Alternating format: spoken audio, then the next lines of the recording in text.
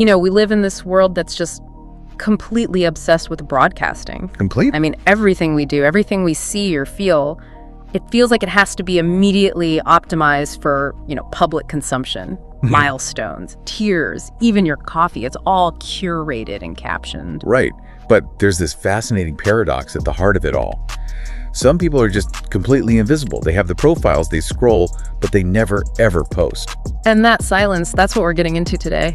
Because it's so easy to just write them off as, shy or introverted. But that completely misses the point. It's not a lack of courage that keeps them quiet. It's a really profound, active psychological choice, a kind of quiet rebellion. A quiet rebellion, I like that, because the silence isn't a void. It isn't an absence of anything. For these people, it's about control. Yes. It's the power to choose what the world doesn't get to see.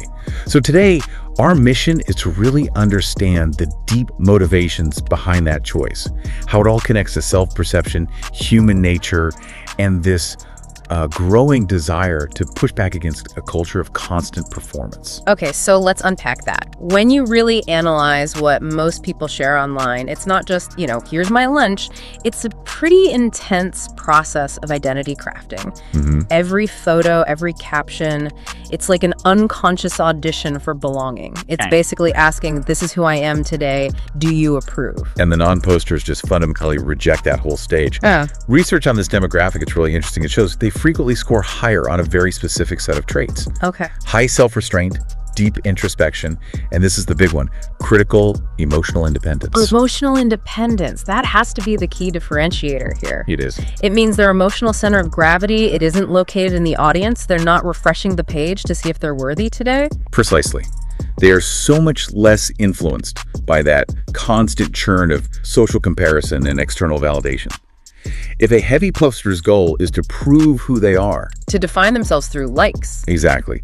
The non-poster is focused way more intensely on just understanding who they are without the pressure of an immediate external critique. They prefer the internal work. Which makes perfect sense. If you're naturally introspective, you're going to look at this digital space, see how staged it all is, and just feel alienated. You want authenticity, and that space can feel like the total opposite of it. Absolutely. They aren't antisocial. They're, anti-superficiality. It's about refusing to let their complex, messy, flawed lives get reduced to a highlights reel. Right. They value depth, they value imperfection, they value truth, and those things just don't translate well into a trending hashtag or a perfect grid. They see the manipulation, so they value what can't be posted. Okay, this is where it gets really interesting for me, the turning point. For a lot of people, the decision to go quiet comes after a kind of emotional burnout. You can imagine someone who used to share everything, the engagement photos, the promotion, the travel pictures. And then one day they look back and realize the joy in the moment became secondary to the pressure of documenting it. That invisible pressure to keep outdoing your last post, to show this ever-ascending line of success and happiness. It's just exhausting. Utterly. They hit a point where they realize they stopped living and started, performing for an audience. And that's often when they just quietly disappear. No big announcement, just a slow fade. I think we've all felt that. The moment an experience flips from being for you to being for the content. Yeah. But it goes deeper than just being tired. You mentioned a critical concept here, psychological ownership. Yes. Psychological ownership. It's this really powerful, innate feeling that a thought, a memory, or an experience belongs deeply and purely to you. It's your mental property. Okay, so how does posting affect that? Well, the moment you take that sacred personal moment, whether it's a quiet afternoon or a huge personal revelation, and you post it, the act itself fractures that sense of ownership. It becomes public property. It becomes shared property, yeah. It's suddenly open to interpretation, to judgment, or even worse, misinterpretation by hundreds of people who weren't there. The whole texture of the memory changes. It's not your private joy anymore. It's a public artifact. So the non-poster is really just defending the purity of their own life story. They're keeping their moments untouchable. Exactly. It's a fundamental act of self-preservation. I mean, think about the conditioned reflex we've all developed. Something meaningful happens. And your brain immediately goes, how do I post this? Right. What's the caption? What's the angle? I still struggle with that. I was somewhere beautiful the other day, and my first thought was about the caption before I even really, saw the place. It's almost involuntary. And that reflex is conditioned by a decade of dopamine loops. The likes, the shares, the comments. It has trained our brains to equate public validation with actual value.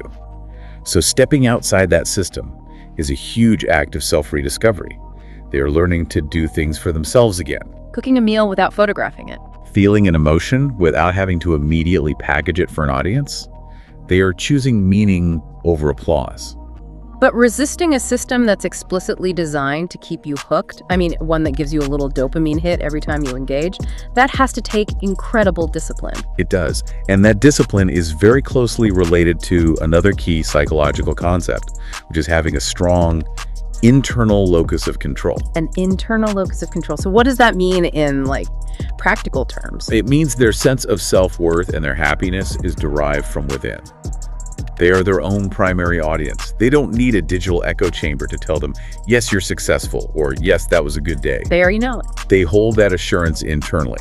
Now contrast that with someone who has an external locus of control. Their confidence can swing wildly based on the immediate feedback they get from others.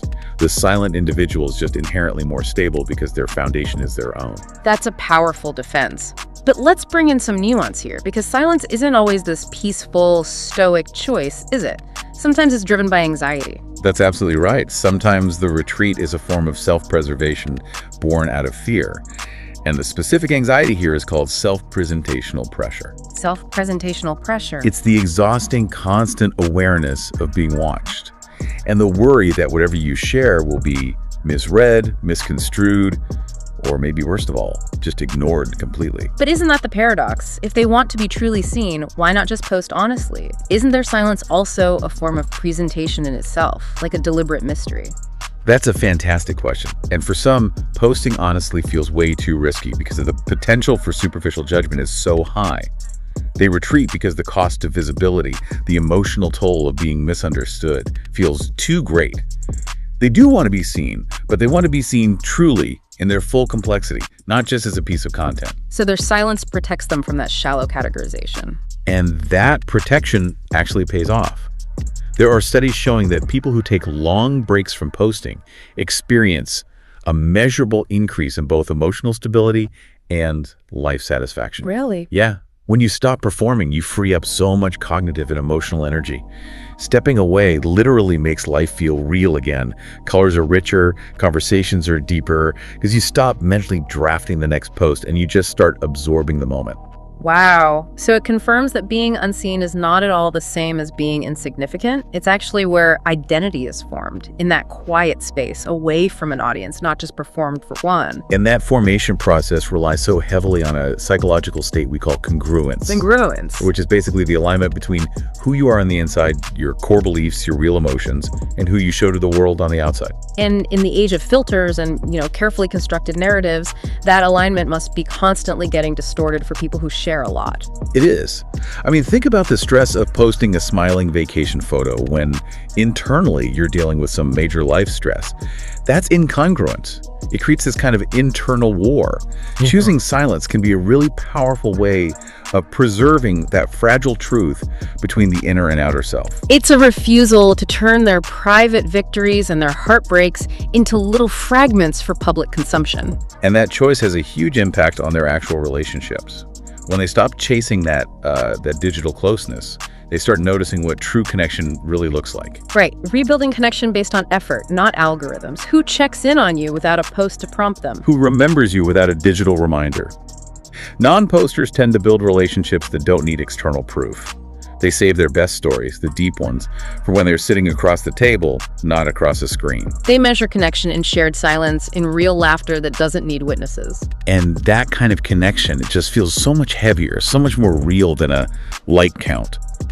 There's this paradox of quiet depth, where those who live more quietly often feel life most intensely. Because they're fully present. They aren't distracted by finding the right angle or thinking of a caption. They absorb the little details others miss, the pause before someone speaks, the way the light changes in a room. Their silence isn't emptiness, it's depth. So what does this all mean for you, whether you're a heavy poster or someone just quietly watching? I think the core lesson here is that these non-posters remind us that we've confused visibility with value. We've bought into this flawed idea that to matter, you have to be noticed.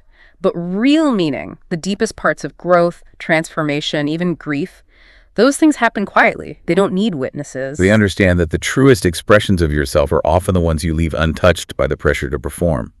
It's a refusal to edit your life into something marketable. It's a conscious decision that some moments are just. They're too sacred to be turned into content. Which leaves us with this final thought for you to chew on. When someone chooses not to post, they are operating on the knowledge that once something becomes public, it stops being purely yours. It now belongs to interpretation, to judgment, to the trend cycle. Is it possible that the truest rebellion in our hyper-connected age is deciding that some parts of your life are simply too sacred to be converted into content for the crowd? We'll leave that with you. All right, let's just jump straight into it. We're looking at a social phenomenon today that is, it's just so paradoxical for the digital age we live in. I mean, you look around and everything is being shared. Your lunch, your promotion, your vacation. Sometimes even your most, profound moments of grief or joy, all dressed up with filters and captions. Exactly. The entire world, it feels like, is just shouting for attention. It creates this incredible sense of digital noise. We've been sort of conditioned to believe that if something is worth doing, then it must be worth, documenting and broadcasting. And yet, and this is the paradox, if you really look closely, there's a massive group of people who remain almost completely invisible. The quiet rebellion. That's it. They have the phones, they scroll, they observe. I mean, they observe deeply. They know what everyone else is doing. But they almost never post. Yeah. They're spectating, not participating in the performance. And the question that just hangs in the air is why? Because it's way too easy to just write these people off as, shy or introverted, or maybe they're just anti-tech. But that's the really superficial explanation. It is, and that's the assumption we really have to challenge today. Because what looks like, on the surface, just passive emptiness or disinterest, it's actually a really complex, a highly engaged psychology. Their silence isn't a lack of opinion. No, it's a specific proactive choice. And it speaks volumes about how they see themselves and really how they see the world. It's not about hating the technology. It's about finding and defining and protecting yourself outside of it. Okay, let's unpack this.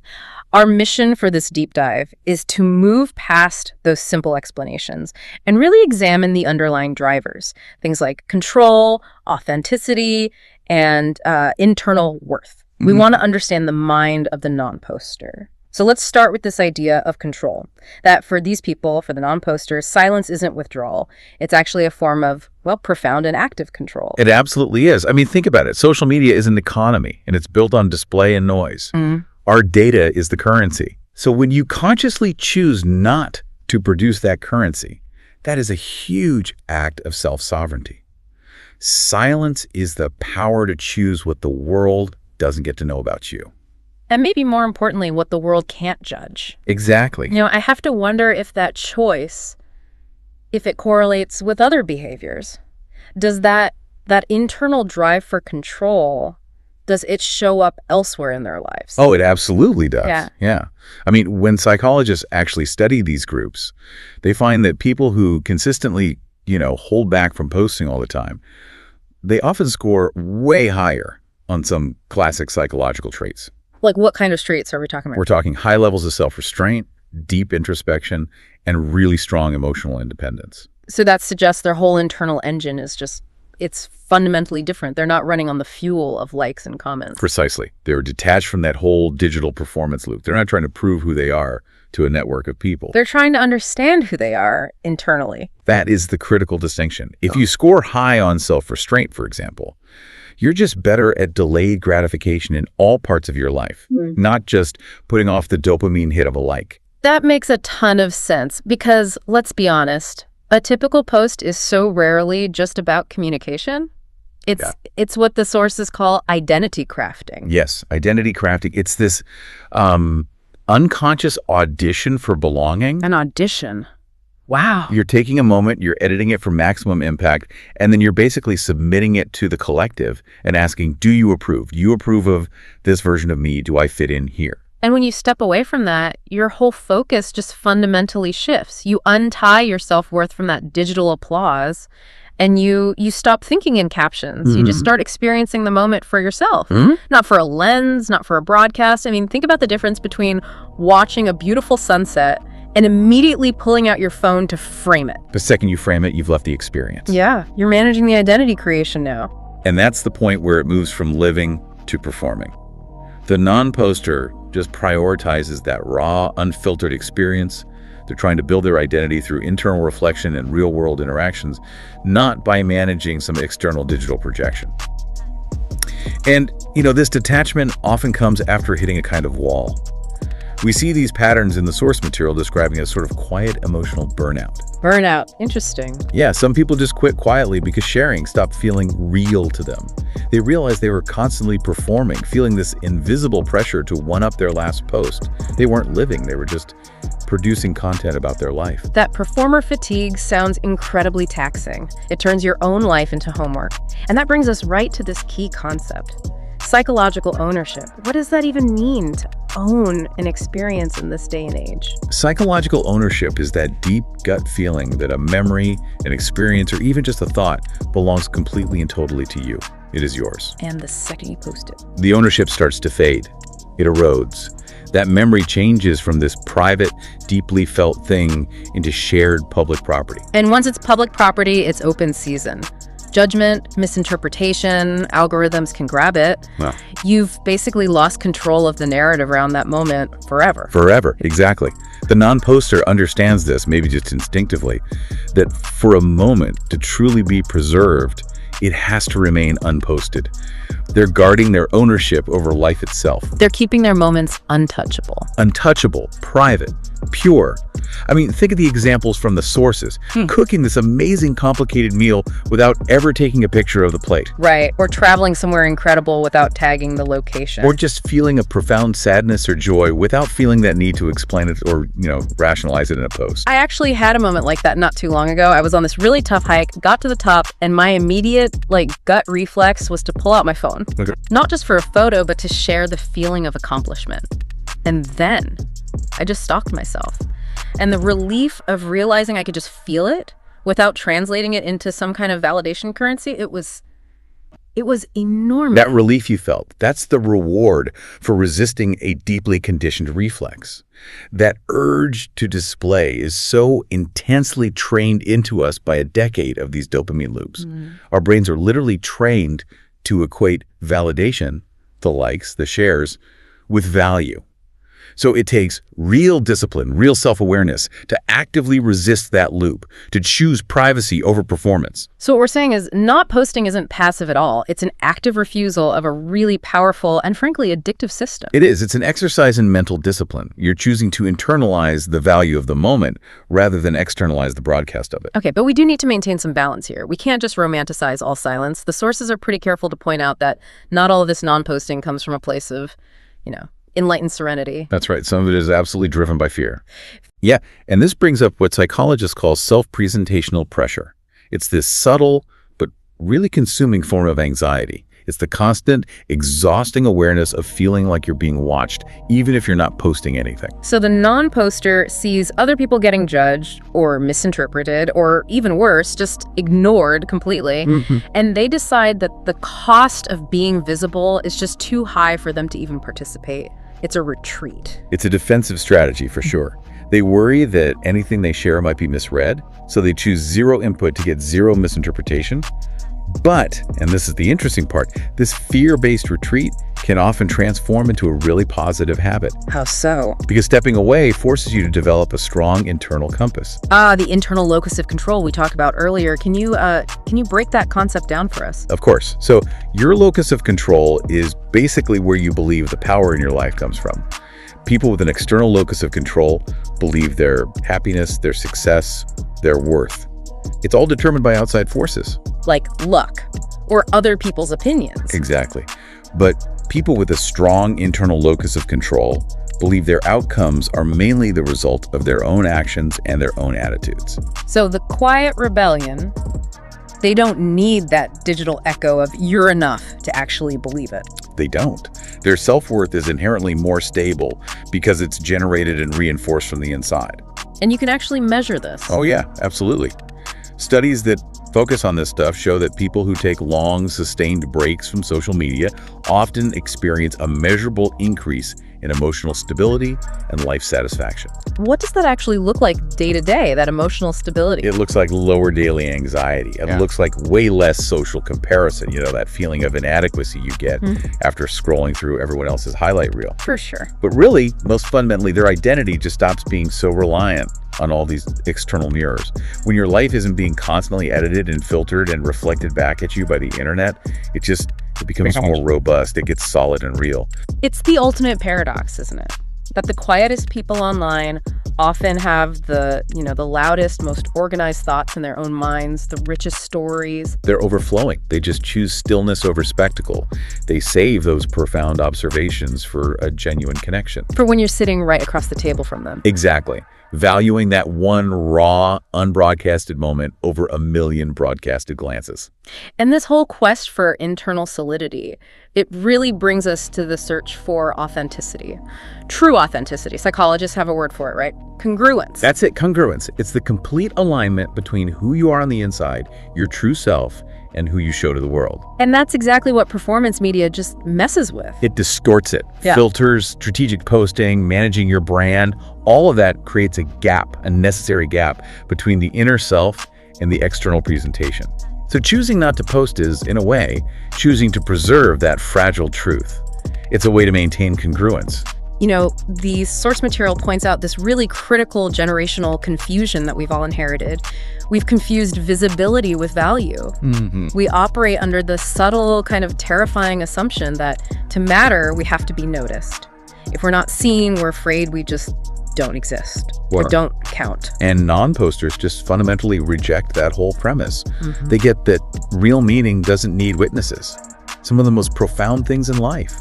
The messy, quiet process of growth, of grieving, of transformation. All of that happens unseen. Unseen, unedited, and unposted. And that's actually what makes them so powerful. So if they aren't spending all this time and energy managing their external broadcast, where does that energy go? It goes inward. It leads to what the research calls intimacy with yourself. Intimacy with yourself. I like that. When you stop the performance, you can finally hear your own thoughts again. It's like turning down all the external volume so you can finally hear your own internal monologue. You reconnect with quiet desires, unspoken fears, your inner compass. Some people describe it as a kind of homecoming. A homecoming to the self, yeah. When you stop being distracted by the performance of life, you just become so much more present. We see it all the time, right? People scrolling while they wait in line, while they're with friends. But the non-poster's absorbed. They're living intensely, fully inside the moment. They're absorbing the details that other people miss. Like what? Like the way the light changes in a room, the specific rhythm of a conversation, that tiny pause before someone speaks a difficult truth. They aren't trying to capture or curate the moment. They're just experiencing it in its entirety. Their silence isn't a sign of emptiness. It's a function of depth. They are prioritizing genuine life over its digital copy. So as we wrap up this deep dive into the quiet rebellion, I think the profound takeaway for me is that silence in this digital world is so often a function of internal depth, not external detachment. That quiet confidence comes from the calm assurance of a self that has been deliberately nurtured and preserved offline. And that preservation of the self is really the ultimate act of self-care and control in a world that's literally designed to just siphon our attention and our identity away from us. Absolutely. Not everything meaningful has to be shared. Some moments are simply too sacred or too complex or too fragile to belong to algorithms and, the winds of public opinion. The most meaningful moments of your life, right? Your growth, your heartbreaks, your private victories, they live in your memory, not in your media feed. That's where identity is actually formed, not just performed. And this raises, I think, a really important question that kind of builds on everything we've talked about. Some people say, if you didn't post it, did it even happen? But the truth is, the things that shape you the most, they almost never make it to the feed. Right. So maybe the question we should all be asking ourselves is this. When was the last time you achieved something or laughed really hard or felt profoundly happy and didn't immediately think about posting it online? What happens when you intentionally let a truly meaningful moment live only in your memory, untouched by judgment or the need for approval? What profound truth about yourself might you reclaim in that intentional silence?